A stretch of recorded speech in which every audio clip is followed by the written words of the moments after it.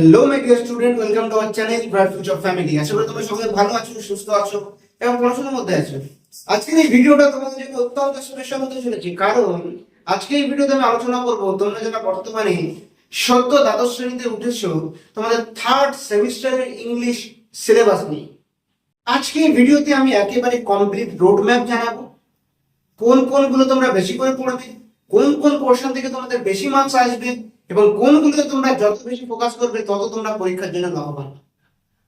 তোমরা জানো তোমরা দুটো সেমিস্টার ইতিমধ্যে দিয়ে এসছো, তাই এই যে থার্ড সেমিস্টার তোমাদের কিন্তু 40 নম্বর হতে চলেছে, 40 মার্কসের হতে চলেছে, যেগুলো কিন্তু প্রত্যেকটাই মাল্টিপল চয়েস কোশ্চেন কিন্তু থাকবে। তো আজকের এই ভিডিওতে আমি কোন কোন গল্প, কোন কোন কবিতা এবং কোন কোন নাটক তোমাদের আছে সেটা সম্পর্কে তো আলোচনা করবোই, সঙ্গে কোন কবিতা থেকে তোমাদের বেশি মার্কস আসবে এবং সেই দিকে লক্ষ্য রেখে কোন কবিতা বা গল্পে তোমরা বেশি ফোকাস করবে, কোনগুলো ফোকাস করলে তোমাদের পরীক্ষায় আসলে অনেকটা সুবিধা হবে। তো এই ভিডিওটা সেই জন্য অত্যন্ত স্পেশাল হতে চলেছে। আজকে এই ভিডিওতে বলা প্রত্যেকটা কথা তুমি যদি মন দিয়ে শোনো, তাহলে আজকের দিন থেকে তোমরা যদি সেইভাবে প্রিপারেশন নিতে পারো, তাহলে এমসিকিউ তে 40 মিনিটে তোমাকে কেউ আটকাতে পারবে। তাহলে চলো আর কথা বাড়াবো না, কথা আর বিলম্বিত করবো না ভিডিও কথা বেশি বলে। তবে ভিডিও শুরু করার আগে, ভিডিওর মেন অংশে যাওয়ার আগে তোমাদের কাছে একটা আবেদন, ভিডিওটা প্রথম থেকে শুরু করে শেষ পর্যন্ত অবশ্যই অবশ্যই দেখো। তাহলে আজকের বলা প্রত্যেকটা কথা, আজকের বলে দেওয়া যে রোডম্যাপ আমি বানিয়ে দেবো, সেটা তোমরা মনোযোগ দিয়ে ফলো করতে পারো। তো চলো ভিডিওর মূল পর্বে যাওয়া যাক, যেখানে গিয়ে আমি আলোচনা করব কোন কোন গল্প, কোন কোন কবিতা, কোন কোন নাটক তোমরা মন দিয়ে পড়বে এবং তোমাদের দ্বাদশ শ্রেণীর তৃতীয় সেমিস্টারের সিলেবাসে আছে।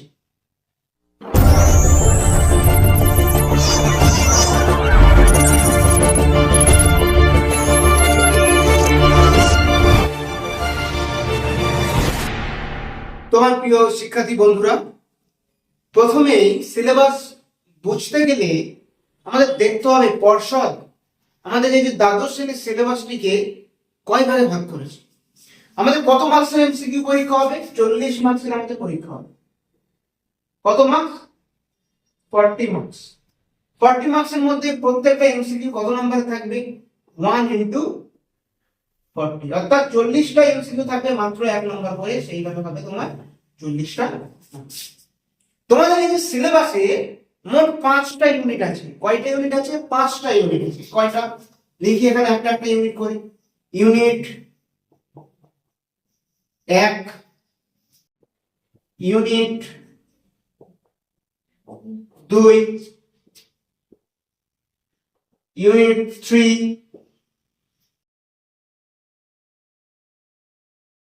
ইউনিট 4 এবং ইউনিট 5। তাহলে তোমাদের মোট কটা ইউনিট আছে? 5টা। এই 5টা ইউনিটে কিন্তু তোমাদের এই যে 40 নাম্বার ভাগ করা আছে।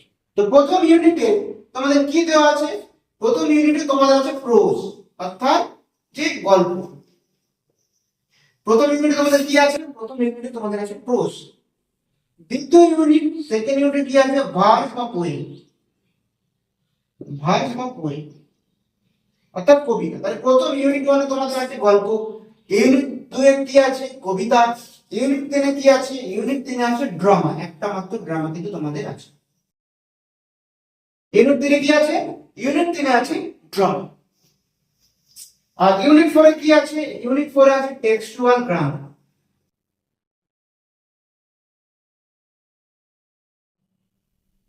ইউনিট 4 এ আছে কি? Textual grammar. আর ইউনিট 5 অর্থাৎ সবার শেষে আছে আনসিন। তাহলে বুঝতে পারলে এই যে মোট 5টা ইউনিট তোমাদেরকে পর্ষদ থেকে ভাগ করা হয়েছে তোমাদের সিলেবাসে 40 মার্কসের জন্য। 5টা ইউনিটে তোমাদের এই সমস্ত টপিকগুলো আছে। 5টা ইউনিটের টপিকই কিন্তু আলাদা। এবার এই 5টা ইউনিটে কোন ইউনিট থেকে কত নাম্বার তোমাদের থাকবে সেটা দেখবে। এই যে প্রোজ আছে, যে গল্পটা আছে, এখান থেকে থাকবে তোমাদের 10 মার্কস। তাহলে এখান থেকে কত থাকবে? 10 মার্কস। ইউনিট 2 অর্থাৎ ভার্স অফ পোয়েম থেকে কত মার্কস থাকবে? এখান থেকে তোমাদের থাকছে 10 মার্কস। তাহলে মোট 20 নাম্বার। এই যে 20 নাম্বার 50% মার্কস কিন্তু তোমাদের কোথা থেকে আসছে? পার্সেন্ট মার্কসই কিন্তু তোমাদের এই যে টেক্সট অর্থাৎ গল্প এবং কবিতা থেকে থাকছে। এরপর যে ইউনিট 3 ড্রামা থেকে তোমাদের কত থাকবে? ড্রামা থেকে থাকবে 5 মার্কস। ড্রামা থেকে থাকবে তোমাদের মোট 5 নম্বর। এরপর আছে ইউনিট 4। ইউনিট 4 থেকে তোমাদের ইউনিট 4 এর টেক্সচুয়াল গ্রামার এখান থেকে থাকবে 5 মার্কস। এবং সবশেষ আনসিন থেকে তোমাদের কত থাকবে? আনসিন থেকে থাকবে 10 মার্কস। তাহলে মোট কত হলো? 10 10 20, 5 5 10 30 আর 10 20। এই তোমাদের হলো 40 মার্কস। 5টা ইউনিট থেকে মোট নাম্বার বিভাজন কেমন? সবসময় মনে রাখবে প্রত্যেকটা ইউনিট থেকে এখান থেকে এমসিকিউ থাকবে, অর্থাৎ 4টি করে অপশন দেওয়া থাকবে। এখান থেকে এমসিকিউ থাকবে, ড্রামা থেকে এমসিকিউ থাকবে, এমনকি গ্রামারের উত্তর করা থাকবে। অর্থাৎ একটা গ্রামার ধরে একটা ভয়েস দেওয়া থাকলো, ভয়েস সেন্টে 4টি উত্তর করে দেওয়া থাকবে, তার মধ্যে 3টে ভুল একটা ঠিক হবে। সেটা তোমাদের কি করতে হবে? সেটা তোমাদের কারেক্ট আনসারটাকে টিক মারতে হবে। তো আশা করি বুঝতে পেরেছো এই পর্যন্ত যে তোমাদের ইউনিট গুলো কেমন কেমন আছে। চলো এরপর আমরা একটা একটা ইউনিট ধরে ধরে দেখি কোন ইউনিটে কোন কোন টপিক গুলো আছে এবং কোন টপিকে তুমি সবথেকে বেশি জোর দেবে। তো চলো এবার আমরা সেগুলো দেখে নিই। চলো আমরা প্রথমে দেখে নিই ইউনিট 1 থেকে যে মোট 10 নম্বর তোমাদের আছে এবং এটা আসলে যে গল্প কোন কোন গল্পগুলো আছে এবং কোন গল্প থেকে কোন প্রশ্ন থেকে তোমাদের সবথেকে বেশি মার্কস আসবে বা 3টে প্রশ্ন থেকে কেমন মার্কস ডিভিশনে তোমাদের আসবে সেটা দেখো। তো প্রথম তোমাদের এই যে ইউনিটের আন্ডারে প্রথম যে প্রশ্নটি আছে সেটা হলো রাস্কিন বন্ডের লেখা দ্য নাইট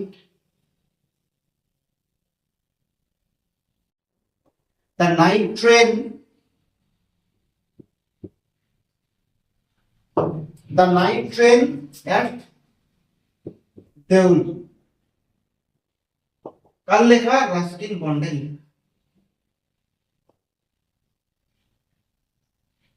রাস্কিন বন্ডের। 2 নাম্বার কি আছে তোমাদের? 2 নাম্বার প্রশ্নটা কি আছে? 2 নাম্বার যে প্রশ্নটা আছে সেটা হলো স্ট্রং রুটস। স্ট্রং রুটস কার লেখা? Doctor APJ Abdul Kalam. APJ Abdul Kalam.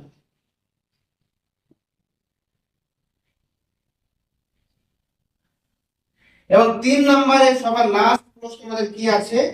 The bed. কার লেখা? অ্যান্টন চেকভের লেখা। তাহলে বুঝতে পারলে তোমাদের যে প্রোজ অপশন আছে সেই প্রোজ অপশন থেকে তোমাদের এই যে 3টি কিন্তু গল্প তোমাদের আছে, মাত্র 3টি গল্প তোমাদের আছে।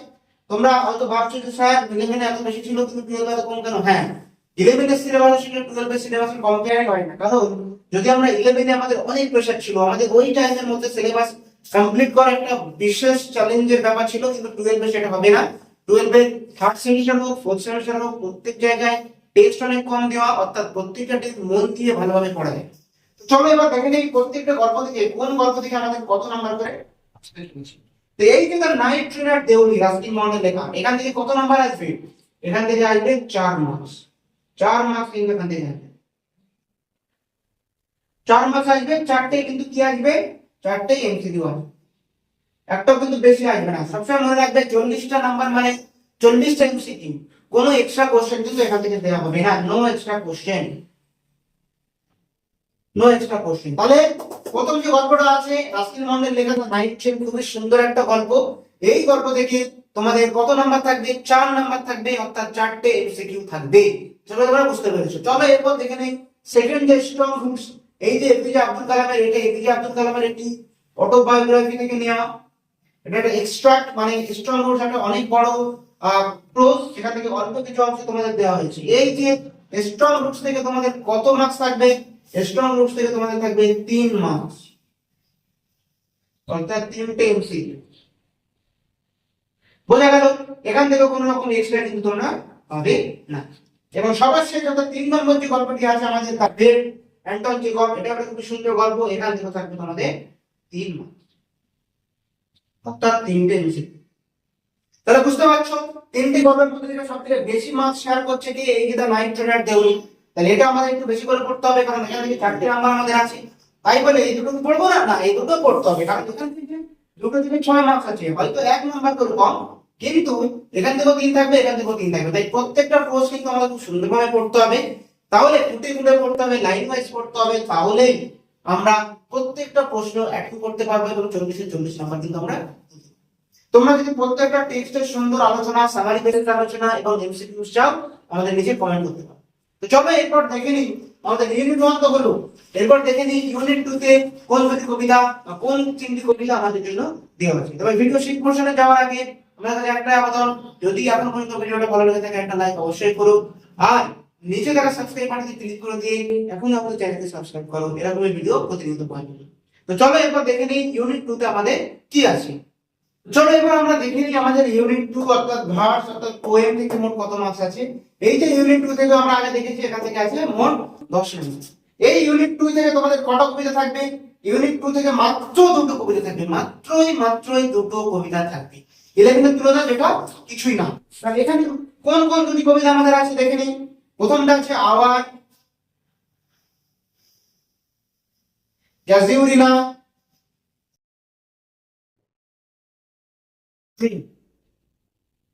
কার লেখা? তরু দত্তের লেখা।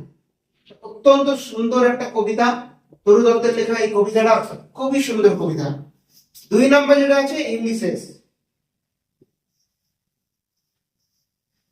ইউলিসেস কার লেখা? ইউলিসেস লেখা হলো আলফ্রেড লর্ড টেনিসনের।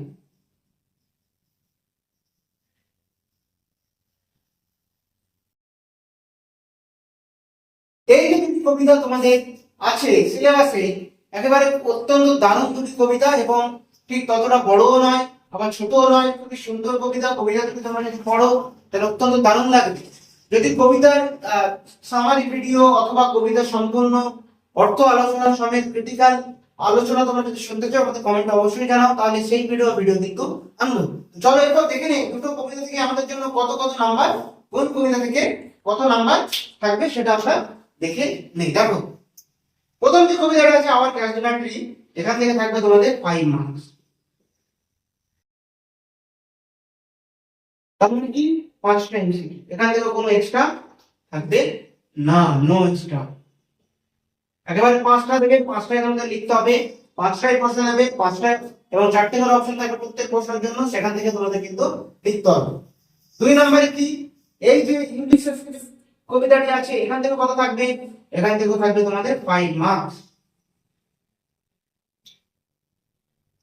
অর্থাৎ 5টা এমসিকিউ। তাহলে বোঝা গেল ইউনিট 2 অর্থাৎ কবিতার পোরশন থেকে তোমাদের দুটো কবিতা থাকবে, দুটো কবিতা থেকে 5 5 করে মোট 10 নাম্বার কিন্তু তোমাদের এই যে ইউনিট 2 তে থাকবে।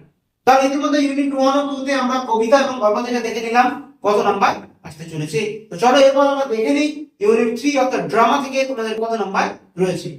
তো এরপর আমাদের আছে ইউনিট 3। ইউনিট 3 থেকে যে একটাই মাত্র ড্রামা আছে, এখান থেকে থাকবে 5 নাম্বার। ড্রামাটা কি? ড্রামাটা সেটা হলো রাইডার্স টু দা সি। কার লেখা? জেমস সিনজের লেখা নাটক বা প্লে। এটা একটা ট্র্যাজেডি, এটা একটা ট্র্যাজিক প্লে। এই নাটক থেকে তোমাদের কত নাম্বার থাকবে? এই নাটক থেকে তোমাদের থাকবে 5 নাম্বার, অর্থাৎ 5 মার্কস থাকবে, অর্থাৎ 5 এমসিকিউস, নো এক্সট্রা। এখান থেকে কোনো এক্সট্রা তোমাদের দেওয়া হবে না। তবে এই যে ড্রামার ক্ষেত্রে একটা বিশেষ সুবিধা আছে, যেটা শুনলে তোমরা দারুণ খুশি হবে। কেমন খবর? তোমরা 3rd সেমিস্টারে যদি এই ডায়াগ্রামটা সেটা পড়ে নাও, তাহলে 4th সেমিস্টারে তোমাদের এই ডায়াগ্রামটা সি আছে। অর্থাৎ টেক্সটটা একবারই তোমরা যদি পড়ে নাও ভালো করে, তাহলে তোমার 3rd সেমিস্টারের কাজ মিটে যাবে এবং 4th সেমিস্টারের জন্য পড়া হয়ে যাবে। শুধু কি পার্থক্য?